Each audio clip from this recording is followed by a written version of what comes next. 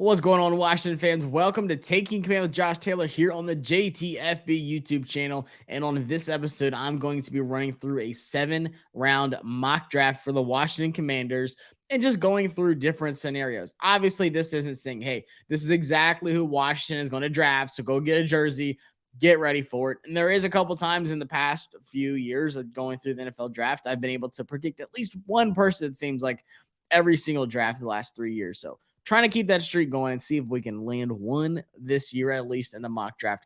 But the mock draft isn't for saying, hey, this is exactly what's going to happen. This is for saying, if this different scenario happens, this is how Washington might think or might approach that scenario and pick a player depending on the board, but then also what really happens. Because players fall. Sam Howell last year in the 5th. I never would have guessed that happening. He was a late first round for me, a early second round guy, and for a lot of people, honestly, not even just me.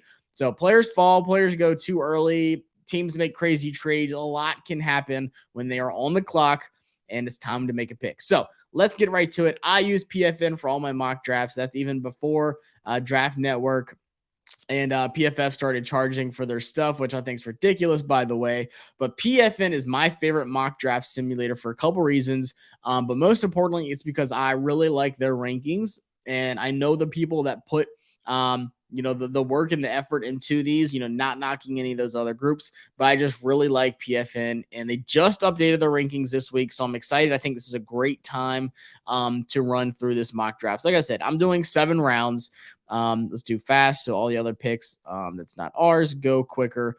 And Ron Rivera and company have been talking at the owners meetings the last few days, but today Ron really talked about a couple things. So throughout this, I'm going to give you my thoughts on positions, players, and then also just kind of what, I've kind of heard and the things that I've really just been paying attention to with the front office and with the coaching staff and just how I think Washington could approach this. Because just remember, we have a new offensive coordinator.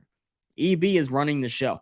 Eric Bieniemy is all hands on deck. He has full control of this offense. So maybe there's some guys in this offense that he doesn't like, and maybe he wants some new guys in the draft. So just keep that in mind. I'm not against doing trades on the mock draft, but for these two, I'm obviously not doing it. I'm not trying to go back to 16. Back from 16 to 27 and getting a first next year. Like, cool, that's good. But for the sake of this activity, I don't think that's a good idea. So I'm going to reject the trades, and I'm going to stay on the clock at 16. And I think what I'm going to do, just first off, just looking, obviously Christian Gonzalez is my favorite corner in the draft. They have him going 3. Every single one I do, he's going top 10, like for sure. I don't see a scenario at all where Christian Gonzalez falls to 16. Washington is not going quarterback at 16. I can bet my life on that. I will literally get a Washington W logo tattoo if we draft a quarterback at 16, and I will get it on my neck.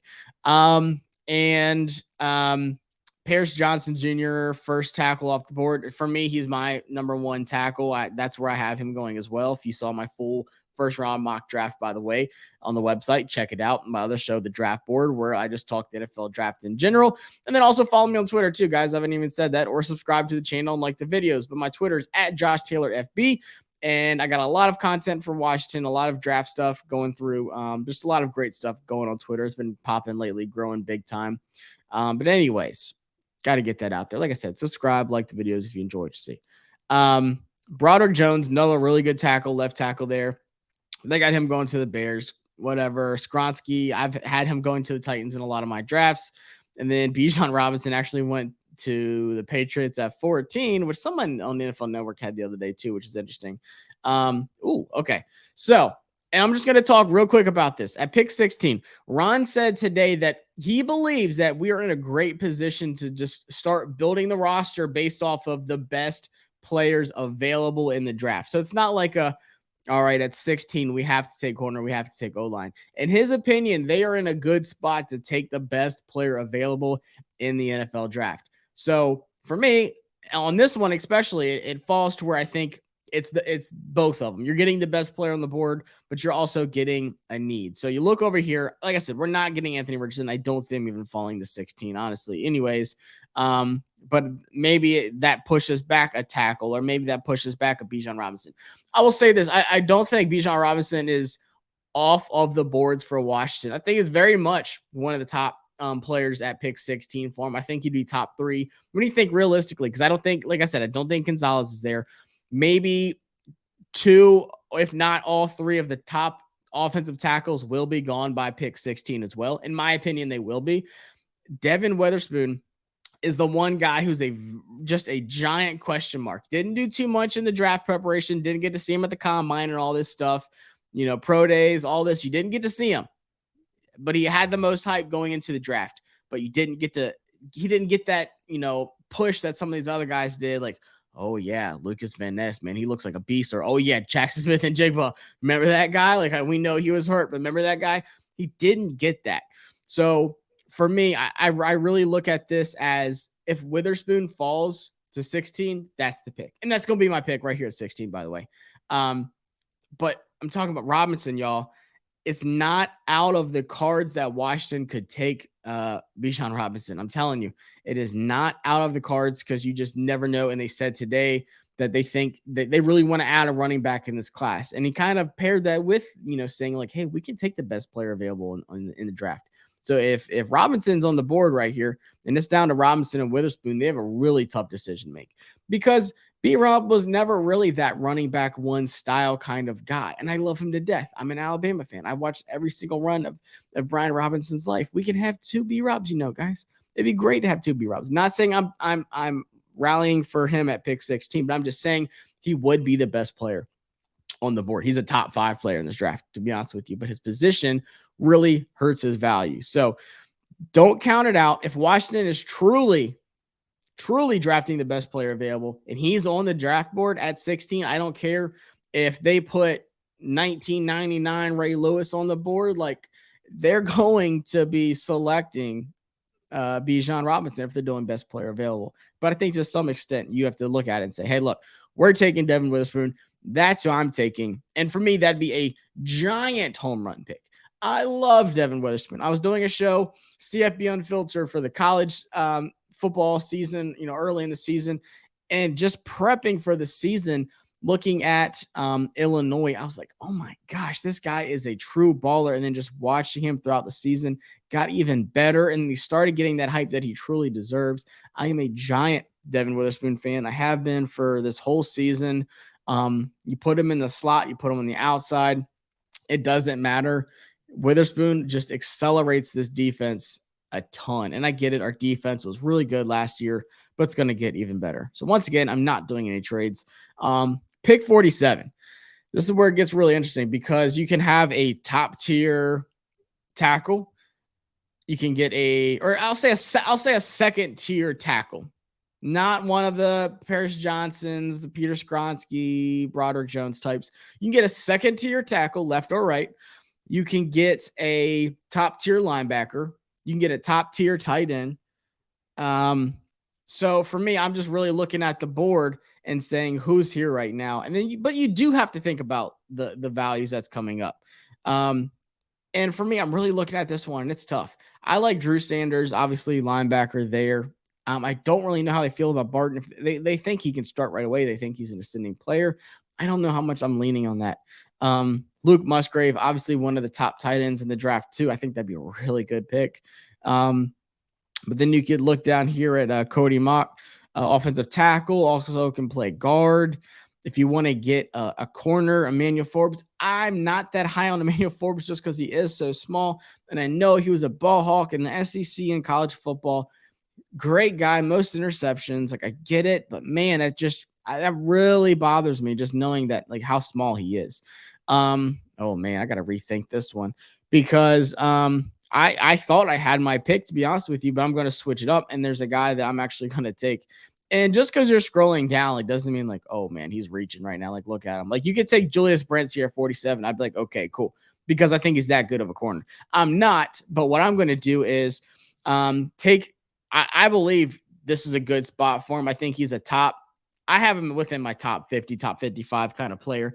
And I think he's the second best guard in the entire draft. I wouldn't say interior offensive lineman because you have, John Michael Schmitz at center. But for me, he's my number 2 guard in the center. I mean, in the draft. And that's Steve Avila out of TCU.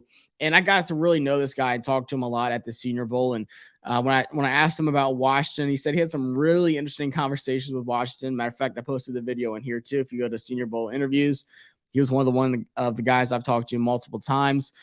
Really good left guard. Phenomenal run blocker, great in the pass protection. And he played a lot of center too. So he has that versatility. So just because I scroll down and I'm going past some of these top guys here, like, you know, we don't need a D tackle or edge this high. Like Luke Musgrave would be really good. But for me, I really want to fill in that guard spot. And I'll talk a little bit about the offensive line. I'm going to do a whole video actually about like just evaluating the offensive line before the draft and then after the draft too, based off of who we get. But I'm taking Steve Avila, offensive guard, TCU here at 47. He's absolutely not going to be there at our pick. And one thing that I want to talk about as well, real quick, I just always have so much to say about the draft.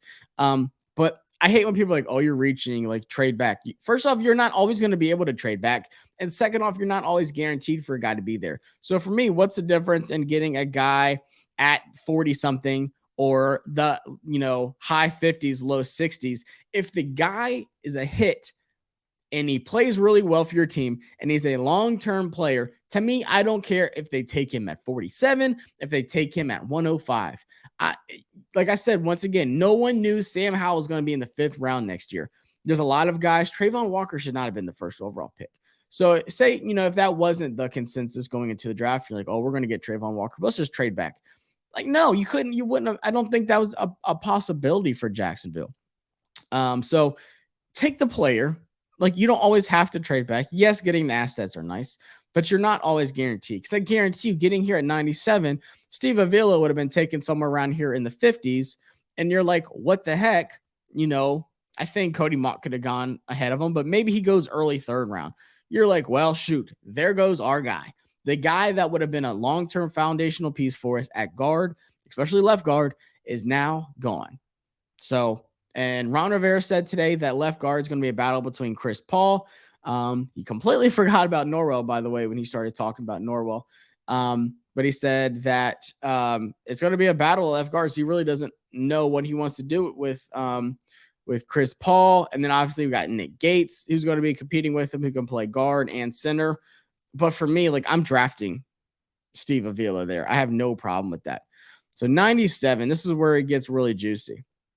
Because you have your corner, you have your guard. And real quick, I want to talk about the tackles. I'm not going to talk about it a long time. Like I said, I'm going to do a video on it.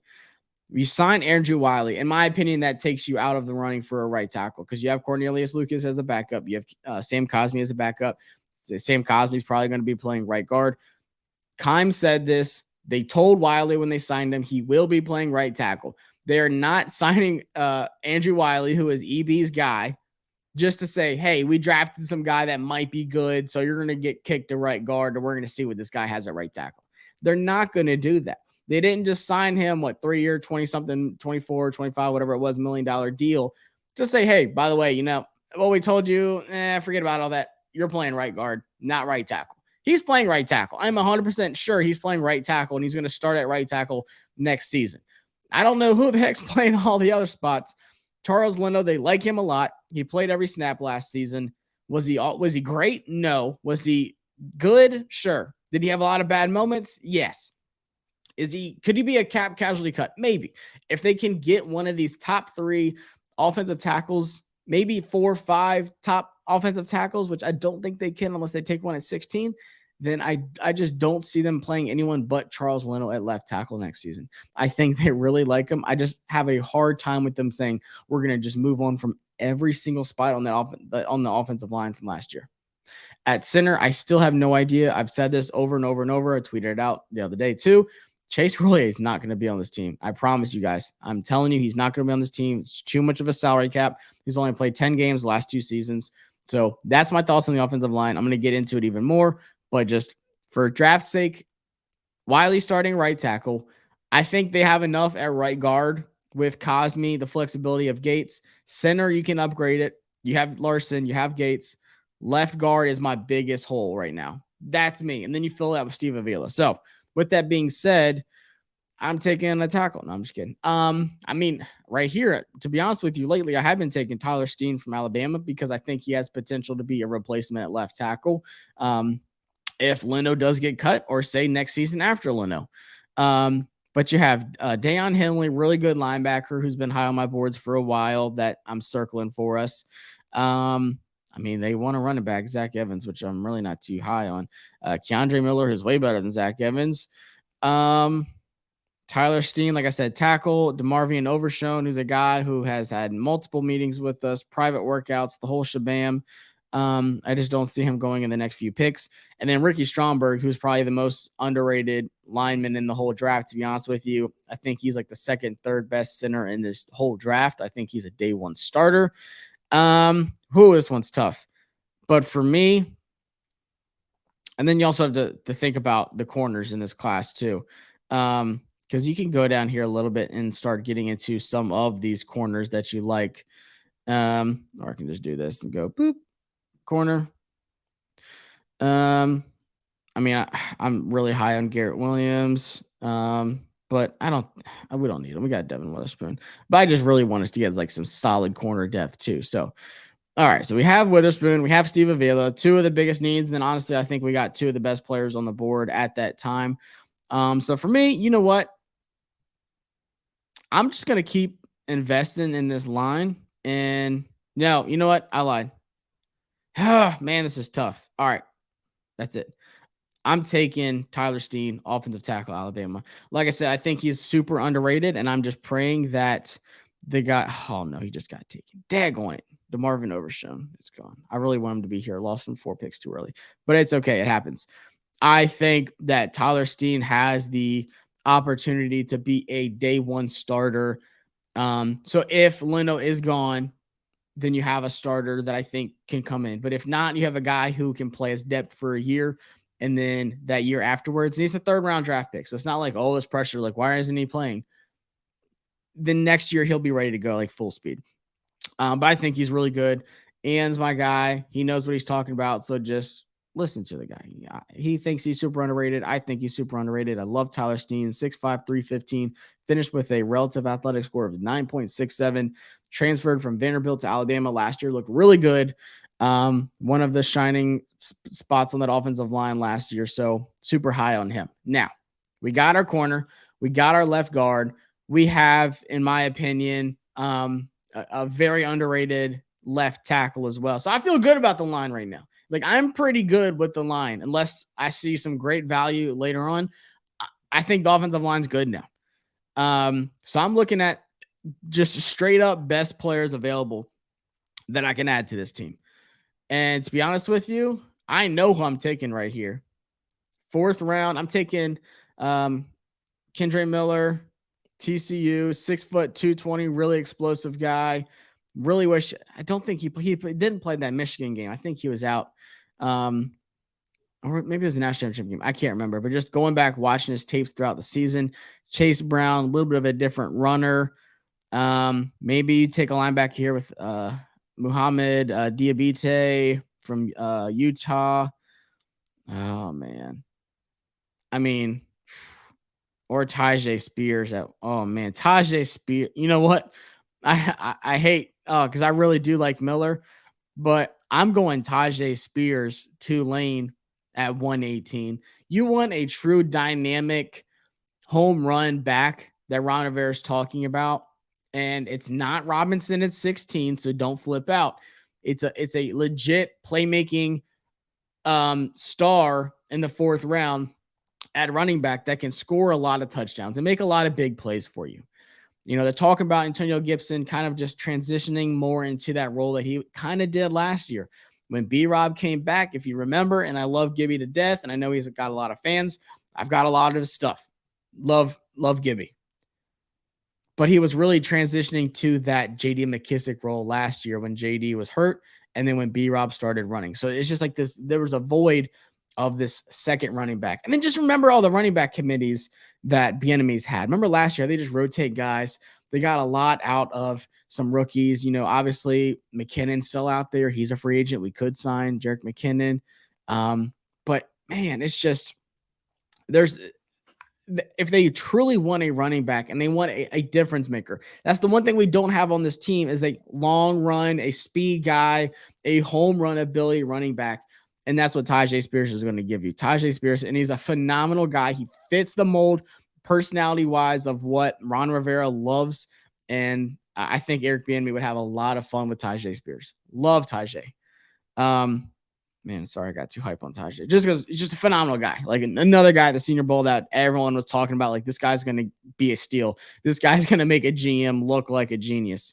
So, little recap. Devin Witherspoon at 16. Steve Avila at 47, which is not overreaching. So, shut it in the comments. 97, Tyler Steen, a offensive tackle that can be depth for a year and start, or he can start right away if you really think that Charles Leno is going to be a salary cap cut like he was in Chicago. And then you got Tyjae Spears so far at 118. We got 4 more picks. 150. Who are we drafting? Who's the next commander that's going to wear the number 0? And, I might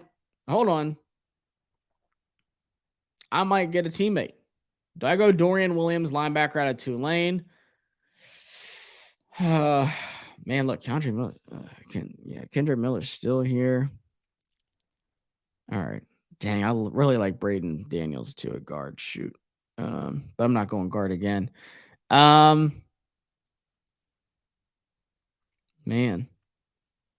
there's like 3 or 4 guys really jumping off. Oh, you know what? Actually, I lied. And I mean, he could be here around this time. He might not be. Round 5. I'm going Payne Durham out of Purdue. You could give him the number 0. Payne Durham has been one of the more reliable and just consistent tight ends in all of college football. Major playmaker. Aiden O'Connell loved Payne Durham. I think he would be a great guy at tight end. And once again, if you've watched my blueprint, watch and listen to my thoughts on the offseason and what I think is going to happen, I don't see a reason to bring back Logan Thomas with his salary cap, with his injury that he's overcoming. And then he's just not effective as a blocker or a receiver. He looks stiff, and people are like, "Oh, give him time." Like I just don't have that. I'm not high on John Bates at all either. I never was from the pick. I'm like, what is this? Like I'm not a Bates fan. I like Cole Turner. I mean, Amari, I don't know. He's kind of a wild card. Like, I feel like we still need a legit tight end. This is a really good tight end draft. It's deep, which is why a guy like Payne Durham can be here, possibly in the 5th round. I don't think he will be, but I didn't think Sam was going to be here either. So, you know what? Smash that button. Payne Durham, you're a Washington Commander. And honestly, he would be the best tight end on the team day one. And people are probably going to hate that, but it's true. So people are like, "Oh, get a linebacker," probably in the comments, but still, corner, guard, left tackle, running back, tight end. Dang, I really like this. I got pretty lucky with this mock draft so far because the few that I did earlier was rough. I didn't know who to take at 16 and 47. There was like D tackles and edge rushers, and I was like, "Oh my god." So 193. Let's just start taking some best players available.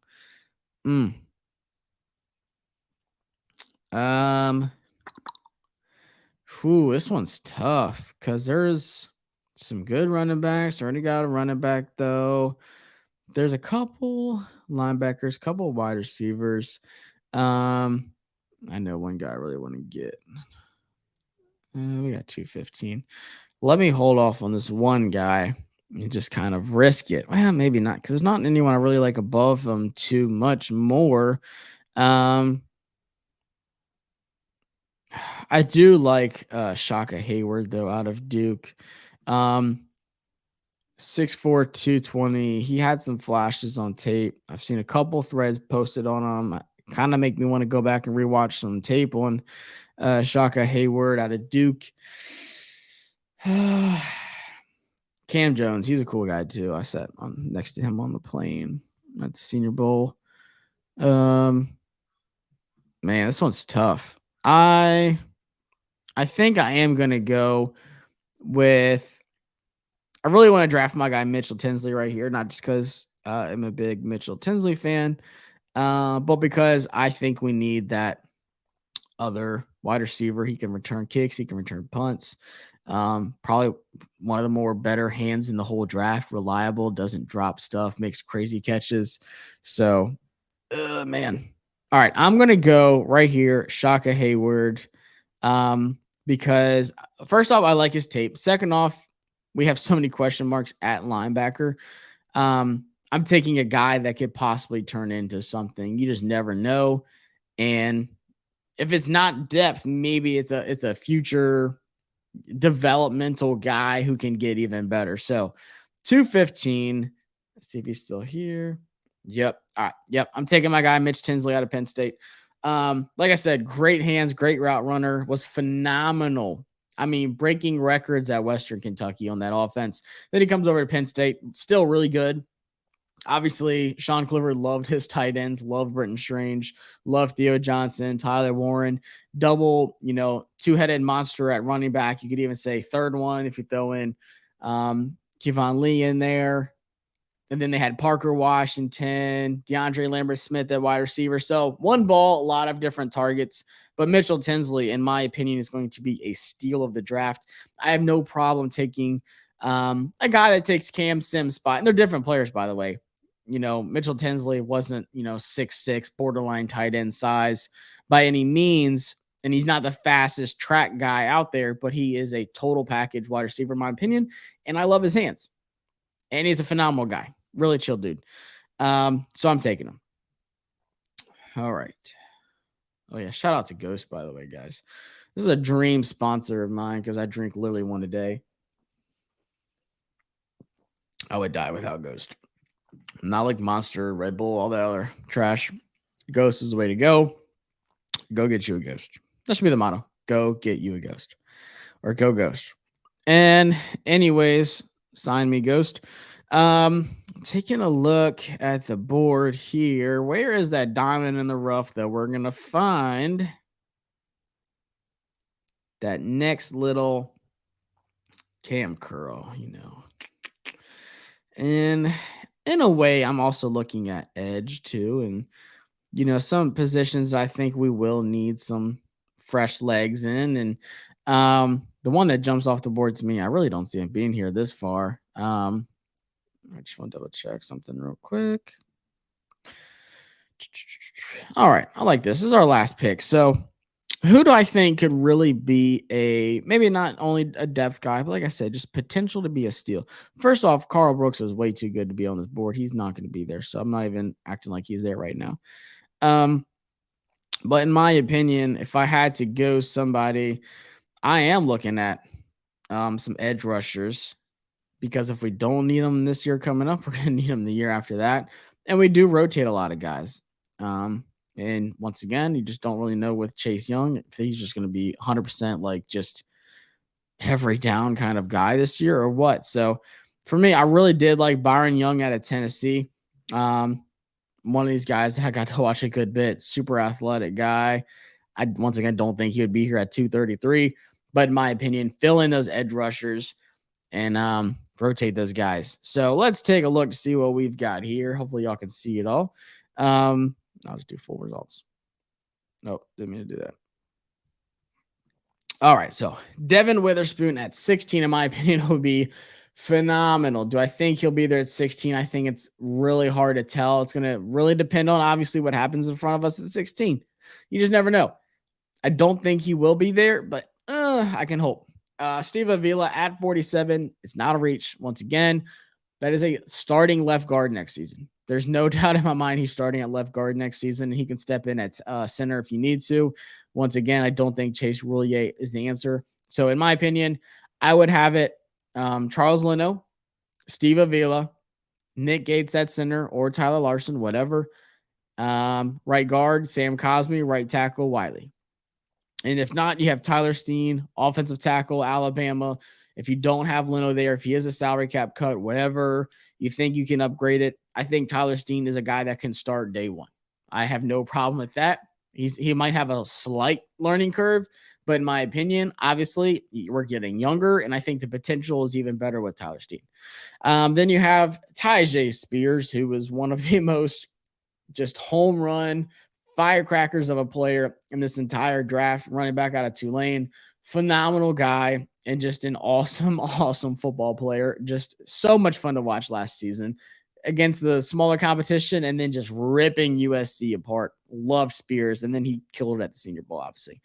Payne Durham, in my opinion, would be the best tight end, and people might hate that, but I think he would be the best tight end on our roster next season. And I don't see a reason to bring back Logan Thomas. So that's why I took Payne Durham there at 150. Shaka Hayward, another guy. Like I said, I've been jumping back into his tape kind of late because I have seen some really good things on him, but we do need some depth at that linebacker spot.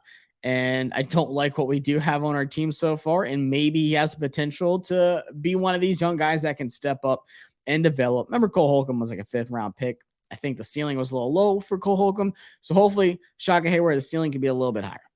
My guy, Mitch Tinsley, the depth at wide receiver. Obviously, we have Terry, Jahan, Curtis Samuel, De'Ami Brown after that. De'Ami and Mitchell Tinsley kind of the same and kind of different in a couple different ways. But Mitchell Tinsley can return kicks, punts, get rid of Dax Milne, who has no influence on this offense at all. But then still, once again, just very reliable hands. Excellent hands, great after the catch. At Western Kentucky, it was screens. It was setting up big plays. And then after the catch, he was getting a ton of yards. And then he could also kill you deep with some deep ones, some 9 routes, stuff like that. And then Byron Young, edge out of Tennessee. Like I said, rotating some guys in, fast edge rusher off, whether it's third down, whether it's NASCAR, whether it's 5-2 defense, anything like that. Byron Young, I think, super underrated. I don't see a way he's there at 233 at all. I think he's like a maybe top 150, 200, borderline 200 player in the draft. So in my opinion, I think this is a great mock draft. Let me know what you think, guys. Appreciate y'all watching. Tell me how much you hate the draft. Tell me who I should have drafted instead. I love the feedback. I love opinions. Just don't hit me with some stupid comments. I love interactions, guys. I don't want us to have the same opinion. That's not fun. Tell me why we should take Bijan Robinson at 16, or tell me why we should trade back. Tell me why we should just draft Anthony Richardson. I don't know. Let me know. Subscribe to the channel. Like the video so I can get these subs up. Going to be doing some more giveaways. I gave away a Why Not Washington shirt from Breaking Tea. Probably going to give away a draft hat coming up soon. I just ordered mine, so I'm going to see how it is, show y'all what it looks like, and then give one away right before the draft. So I will see y'all next time on Taking Command with Josh Taylor. Peace.